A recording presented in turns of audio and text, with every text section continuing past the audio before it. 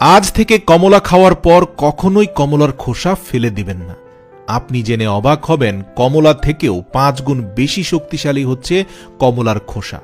এই কমলার খোসায় রয়েছে অ্যান্টিমাইক্রোবিয়াল, অ্যান্টি ইনফ্ল্যামেটরি ও অ্যান্টি ফাঙ্গাল উপাদান।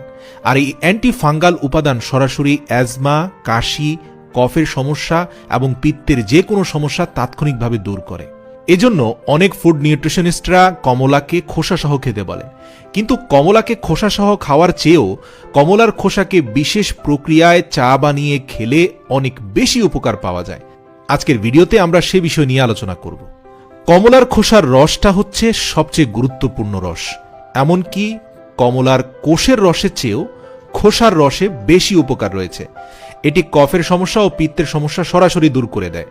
পর্যাপ্ত পরিমাণ অ্যান্টিফাঙ্গাল উপাদান সরাসরি আমাদের ফুসফুসকে তরতাজা করে ফেলে, যেটা শুধুমাত্র কমলার খোসায় রয়েছে। এজন্য প্রথমে কমলাটাকে পিল করে নেবেন অথবা কমলার ছালটাকে ভালো করে ছুলে এক জায়গায় জড়ো করে নেবেন। তারপর আপনি চাইলে এটিকে গ্রেটারের সাহায্যে গ্রেট করে নিতে পারেন অথবা একটা ধারালো ছুরি দিয়ে ছোট ছোট টুকরো করে নিতে পারেন।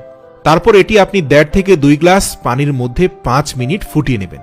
এরপর সেই পানিতে আদা মিশিয়ে নিন এবং চা পাতা দিয়ে রং চা তৈরি করে নিন। এই চায়ের সঙ্গে মধু মিশিয়ে খাবেন, কখনোই চিনি মিশিয়ে খাবেন না। এই চা খেলে কফ, কাশি তো ভালো হবেই, সেই সাথে এটি শরীরকে অন্তত 8 থেকে 10টি রোগের হাত থেকে রক্ষা করে। আপনার স্কিনকে সফট করবে, মুখের ব্রণ দূর করবে এবং শরীরে অ্যালার্জির পরিমাণ অনেক কমে যাবে।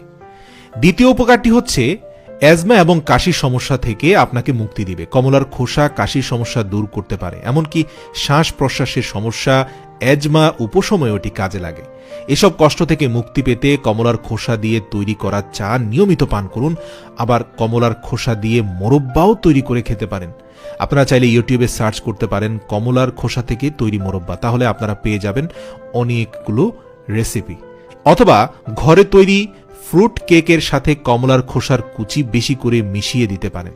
এরপরে অ্যাসিডিটি বা গ্যাস্ট্রিকের সমস্যা থেকে কমলার খোসা আপনাকে মুক্তি দিবে। কমলার খোসার তেলে প্রচুর পরিমাণে অ্যান্টিমাইক্রোবিয়াল ও অ্যান্টি ইনফ্ল্যামেটরি রয়েছে, যা পেটের অ্যাসিডিটি দূর করতে পারে।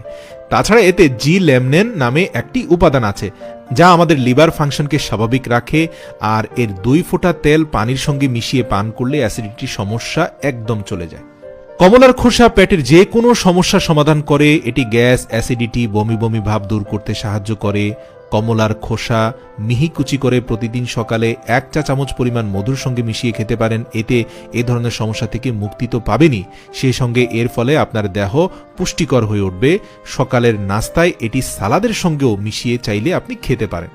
এছাড়াও এটি খেলে অনিদ্রা দূর হয়, ভালো ঘুম হয় এবং কুসুম গরম পানিতে খোসা ফেলে গোসল করলে আপনার শরীরে বিভিন্ন ধরনের ইনফেকশন দূর হয়ে যাবে এবং শরীর দুর্গন্ধ হবে না।